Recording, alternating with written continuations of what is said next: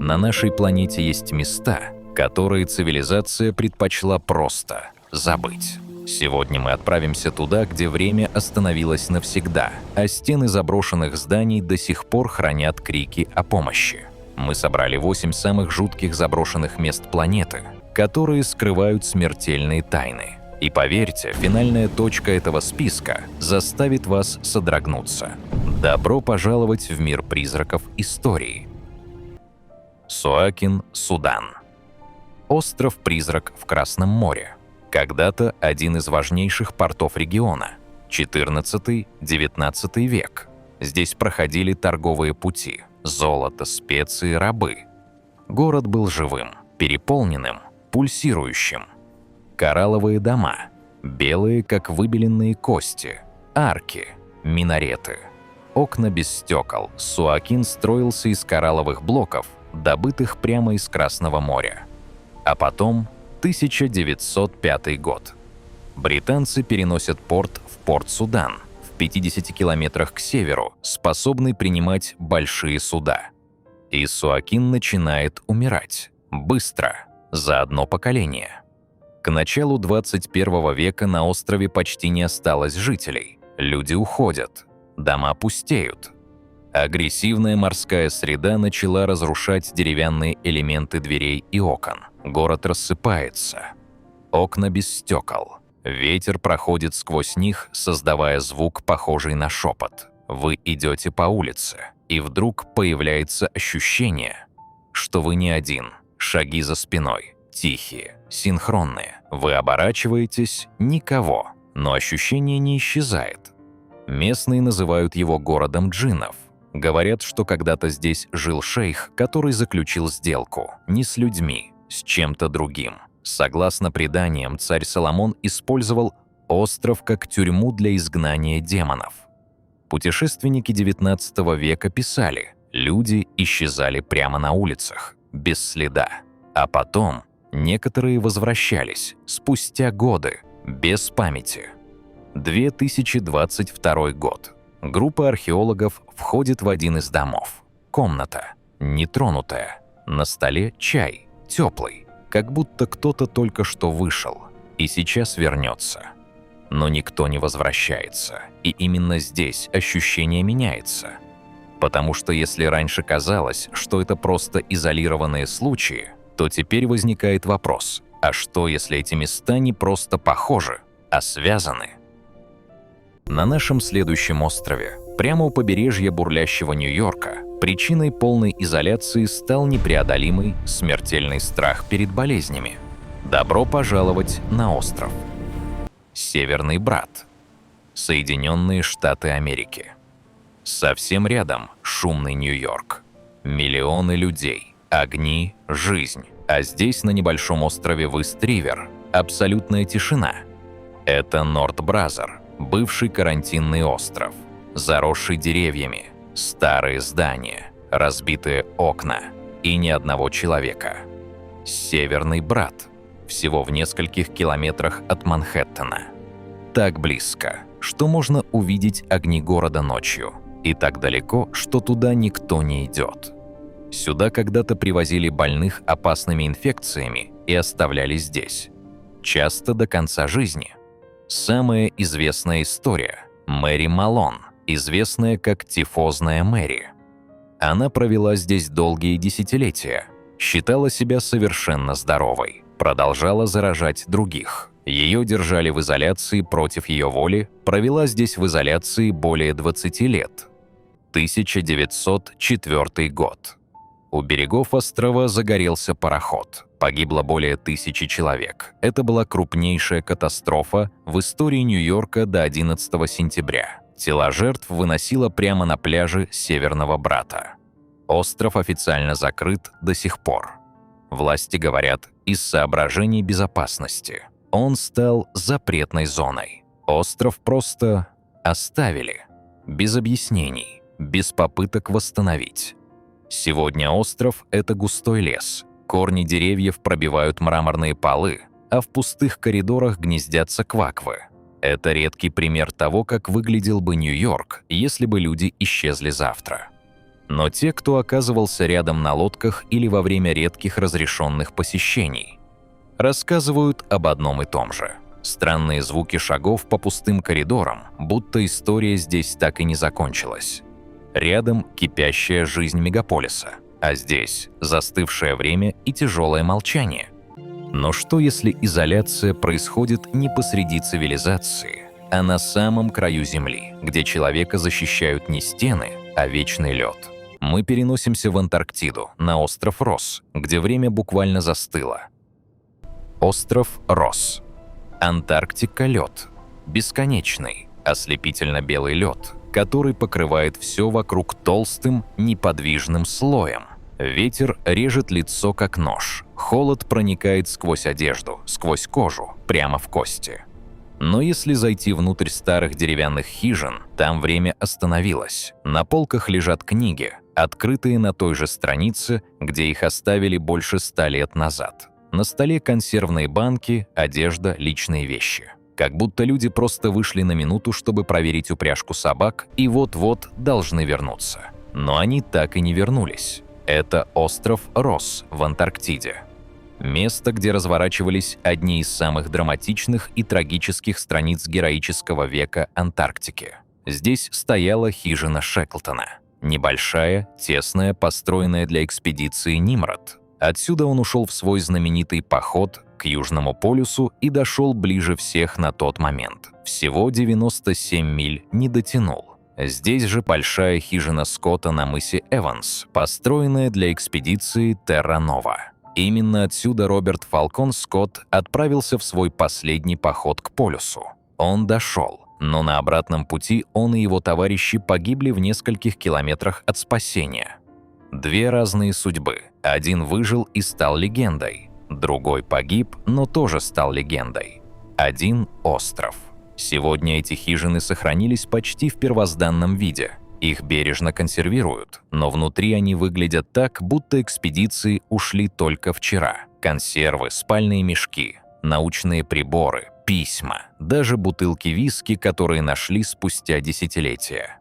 Современные исследователи и редкие посетители, которым удается добраться до острова Росс, почти всегда говорят об одном и том же ощущении. Здесь не просто холод и тишина, здесь присутствие. Не агрессивное, не пугающее криками или тенями, просто тяжелое, спокойное наблюдение. Будто кто-то стоит за спиной и молча смотрит, как ты трогаешь вещи, которые не должны были пережить столько лет. Будто прошлое не ушло, оно просто замерзло и ждет. Ледяная нечеловеческая красота Антарктиды. И при этом место, где время застыло, а человеческие трагедии и триумфы остались навсегда запечатанными в деревянных стенах. Хижины полярников на острове Росс замерзли, сохранив быт исследователей столетней давности. Но если там холод сохранил надежду, то в теплой Италии посреди Венецианской лагуны есть остров, где земля буквально состоит из человеческого пепла. Это место называют адскими воротами Европы. В самом сердце одной из самых красивых лагун мира, всего в нескольких километрах от туристической открытки под названием Венеция, существует остров, о котором предпочитают не говорить даже местные рыбаки. Он зеленый, тихий, старые кипарисы качаются над водой, а красная колокольня поднимается над руинами, как будто это обычный забытый монастырь. Но этот остров – Павелья. И если верить историкам, археологам и тем немногим людям, кто решался приблизиться к его берегу, половина земли здесь состоит из человеческого пепла. С воздуха Павелья выглядит почти идиллически. Лазурная вода Венецианской лагуны мягко обтекает зеленый клочок суши. Кусты олеандра, заросшие тропинки, старые каменные здания, медленно разрушающиеся под солнцем и ветром. Если смотреть издалека, это место похоже на райский остров, забытый временем. Но стоит узнать его историю, и идиллия исчезает. В 1348-м Европа столкнулась с катастрофой, которая изменила континент навсегда. Это была эпидемия, вошедшая в историю как черная смерть. Чума уничтожала города быстрее, чем люди успевали хоронить мертвых. Власти Венеции приняли жестокое решение. Всех, у кого появлялись симптомы – кашель, кровь, черные опухоли на коже, немедленно отправляли на остров Павелья, без суда, без надежды.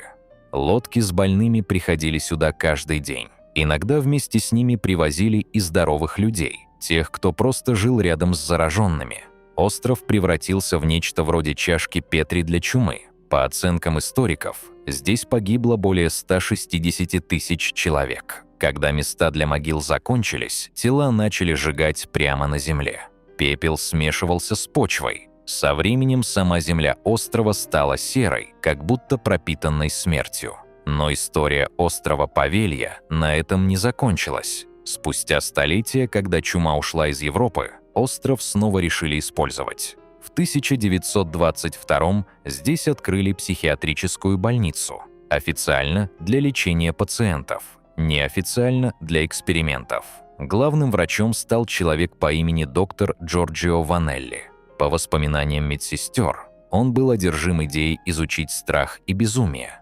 Пациенты рассказывали, что ночами доктор поднимался на старую колокольню и слушал тишину острова, а потом начинал проводить процедуры.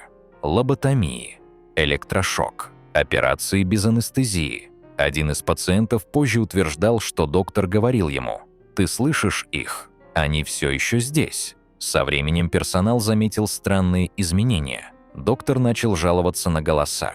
Он говорил, что слышит крики людей, умерших во время чумы, что остров – это ящик Пандоры, полный душ. А затем произошел инцидент, который навсегда закрепил за островом Павелья репутацию проклятого места.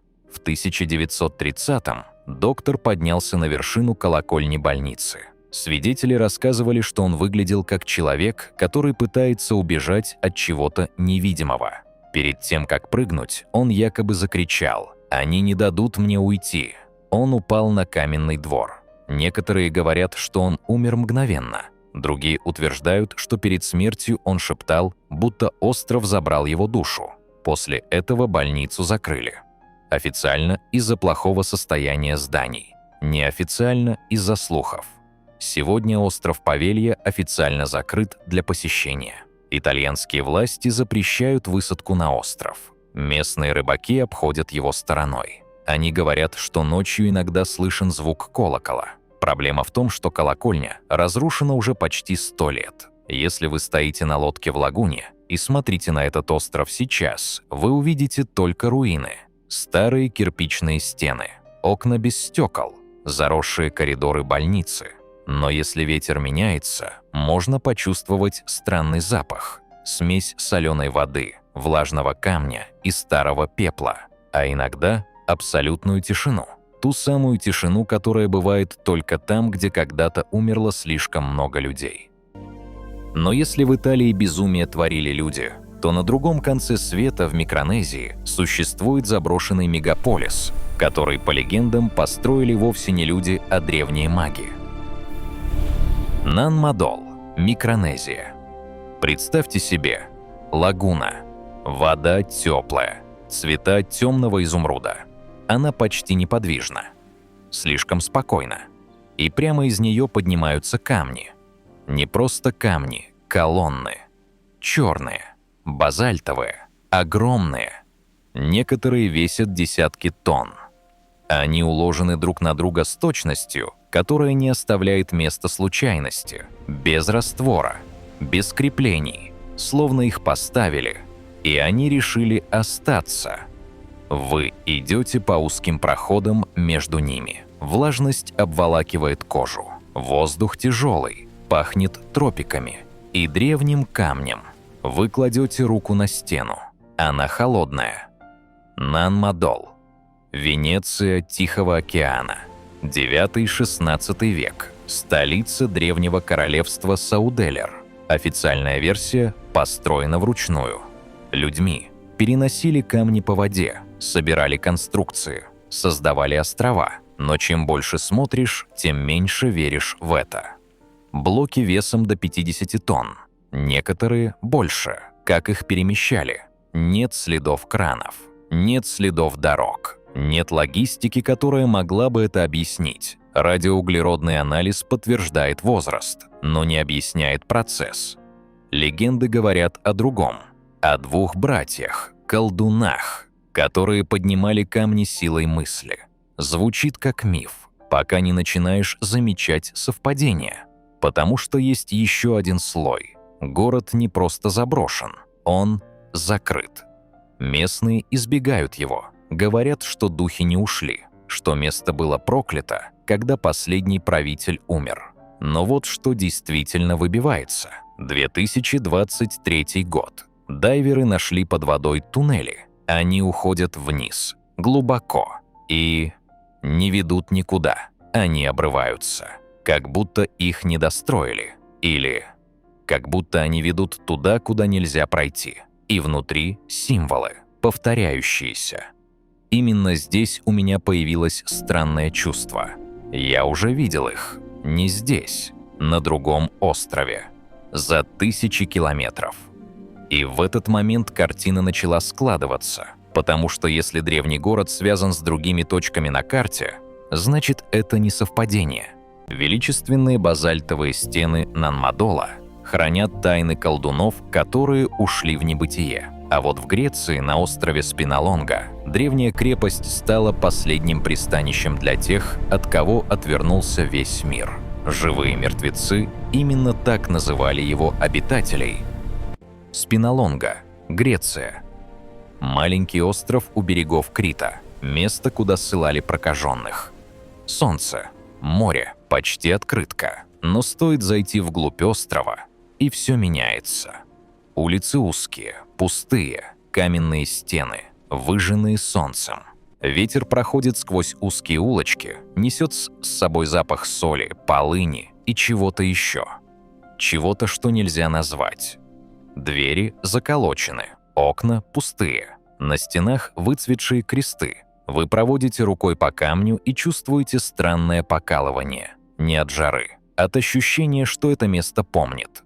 С 1903 года сюда привозили людей, на остров отправляли прокаженных и оставляли. Не лечить, скрыть, навсегда. Семьи разрывались, имена стирались. Официально ради безопасности, чтобы изолировать болезнь, чтобы защитить остальных. Люди приезжали сюда и понимали, что назад дороги нет. Они оставались здесь на годы, на десятилетия. Они строили дома, создавали улицы, открывали магазины. Была церковь, школа, даже кинотеатр. Они жили, несмотря ни на что. Наука того времени не знала лечения. Лепра считалась приговором. И логично было ожидать, что это место станет адом. Но происходит обратное. Выжившие рассказывали о другом, о странном, спокойствии, о сообществе, о жизни, в которой, как ни парадоксально, было больше свободы, чем на Большой Земле. Мария Кириаки, одна из последних пациенток, в интервью сказала: «Там нас боялись, здесь нет». И это рушит привычную картину, потому что этот остров не ломал людей. Он их принимал. А местные рыбаки до сих пор говорят, что по ночам там слышны голоса. Туристы говорят, что в сумерках слышат шаги, кашель, чье-то присутствие. Наука объясняет все. Бактерии, изоляция. Но вопрос остается. Почему даже после победы над болезнью это место не отпускает? Почему люди, уехавшие отсюда, до конца жизни чувствовали, что остров зовет их обратно? Спиналонга была островом скорби, который люди обходили стороной. Но наш следующий остров, наоборот, веками манит к себе безумцев и искателей наживы со всего мира, заставляя их платить самую высокую цену – собственную жизнь. Остров Дубовый, Канада. Тихий лес. Мягкая влажная земля пружинит под ногами. В воздухе запах хвои и мокрой коры. Ты стоишь у старой широкой ямы. Она уходит вниз на десятки метров. Слишком глубоко, слишком давно. Стены осыпаются, а на дне постоянно стоит вода. Это Оук-Айленд, остров Дубовый. Канада – место, которое уже более 200 лет сводит с ума кладоискателей, инженеров и просто любопытных. 1795 год. Все началось, когда трое подростков нашли странное углубление под Большим дубом. Они начали копать. На глубине 3 метров деревянная платформа. На 9 еще одна, на 27 снова платформа из дубовых бревен, а потом яма стала заполняться водой. Быстро, жестоко. Словно остров сам не хотел, чтобы кто-то спустился глубже. С тех пор здесь побывали десятки экспедиций. Люди вкладывали миллионы долларов, привозили новейшую технику, бурили скважины, строили дамбы, и каждый раз что-то шло не так. Находили странные вещи. Кусочки пергамента с непонятными символами, обрывки старинных карт, даже следы кокосовых волокон, которых в этой части Канады отродясь не было. Но настоящих сокровищ так никто и не достал. Говорят о проклятии. 7 человек должны умереть, прежде чем тайна будет раскрыта. И смерти действительно были. Люди тонули в затопленных туннелях, погибали от обвалов, умирали при странных обстоятельствах. Счет уже давно перевалил за 7. Днем остров выглядит мирно. Густой лес, птицы, спокойная бухта. Но стоит остаться здесь после заката, и ощущение меняется. Тишина становится тяжелой. Иногда в глубине леса слышат приглушенные удары, будто кто-то продолжает копать. Иногда тихий шепот, словно старые дубы обсуждают, кого в этот раз не отпустят. Наука и скептики говорят: естественные карстовые пустоты, приливные воды, ничего сверхъестественного. Но тогда почему за 230 лет никто так и не смог довести дело до конца? Почему каждый, кто подходил слишком близко к разгадке, в итоге уходил ни с чем или вообще не уходил? Это место не просто прячет сокровища, оно будто играет с людьми, заманивает обещанием богатства, а потом медленно, методично ломает и оставляет после себя только вопросы и пустые ямы. Наш финальный остров когда-то казался настоящим тропическим раем, пока не решили превратить его в полигон для испытания самого разрушительного оружия в истории человечества. Бикини-атолл – место, которое выглядит как открытка из туристического рая и одновременно как один из самых мрачных экспериментов в истории человечества. Думаете, самые страшные места на Земле выглядят как выжженные пустыни или черные кратеры? Иногда смерть прячется в идеальном раю. В центре Тихого океана, среди бирюзовой воды и ослепительно-белых пляжей, лежит цепочка коралловых островов. Лазурная лагуна, теплый ветер. Пальмы медленно покачиваются над прозрачной водой. Рыбы переливаются всеми цветами радуги. Идиллия. Но это иллюзия. Потому что под этой безмятежной водой лежит один из самых опасных радиоактивных кладбищ на планете. Добро пожаловать на Бикини-атолл, рай, превращенный в ядерный полигон. Атолл состоит из 23 небольших островов, окруженных огромной лагуной площадью более 600 квадратных километров. Когда европейцы впервые увидели эти места, они назвали их воплощением тропической мечты. Но в 1946-м сюда пришла новая сила. Не природа, не шторм и не вулкан. Человек. И его самое разрушительное оружие. Соединенные Штаты начали масштабную программу испытаний атомного оружия. Атолл выбрали по простой причине. Он был удален от больших континентов. Для военных это было идеальное место. Для жителей – приговор. Летом 1946 года началась операция Crossroads. В лагуне собрали настоящий флот-призрак. Более 90 списанных кораблей, линкоры, авианосцы, подводные лодки. Их превратили в мишени. 1 июля 1946 года над лагуной взорвалась первая атомная бомба. Гриб поднялся на высоту 6 километров. Океан взорвался. Через несколько секунд ударная волна разорвала корабли как игрушки. Но это было только начало. 1 марта 1954 года Соединенные Штаты провели самый мощный тест в истории полигона – Касл-Браво. Мощность взрыва – 15 мегатонн. Это в 1000 раз сильнее бомбы над Хиросимой. Ученые просчитались. Серьезно. Радиоактивное облако оказалось в 2 раза больше прогнозов. Пепел начал падать на соседние острова, как снег. Белый, красивый, смертельный. За 12 лет здесь взорвали 23 ядерных устройства. Многие корабли на дне лагуны до сих пор лежат там. Скелеты холодной войны. Вода выглядит идеально прозрачной. Но некоторые участки дна все еще излучают радиацию. Словно океан помнит. Сегодня Бикини-атолл формально открыт для дайверов. Парадокс – это один из самых красивых дайв-сайтов на планете и один из самых радиоактивных. Корабли покрыты кораллами. Линкоры выглядят как подводные соборы. Но на некоторых островах все еще нельзя жить. Почва заражена цезием-137. Кокосы накапливают радиацию. Еда становится ловушкой. Тихий океан дышит медленно. Пальмы шелестят на ветру. Никаких городов, никаких людей. Только белый песок и тишина. Но если копнуть землю всего на несколько сантиметров, дозиметр начнет щелкать. Сухо, металлически. Звук атомного века, который до сих пор живет под этим тропическим раем. Напишите прямо сейчас в комментариях, в какое из этих мест вы бы рискнули отправиться в экспедицию, а к какому острову не приблизились бы даже за $1 миллион. Мне безумно интересно почитать ваши мысли. Я обязательно лайкну самые атмосферные ответы. Наша Земля полна таких заброшенных, пугающих и манящих мест. Если вам понравилась эта экскурсия по призракам истории, обязательно подпишитесь на канал и поставьте лайк этому видео. Впереди нас ждет еще много затерянных городов, проклятых островов и тайн, о которых не принято говорить вслух. Включайте уведомления, чтобы не пропустить следующий выпуск. До встречи на неизведанных территориях.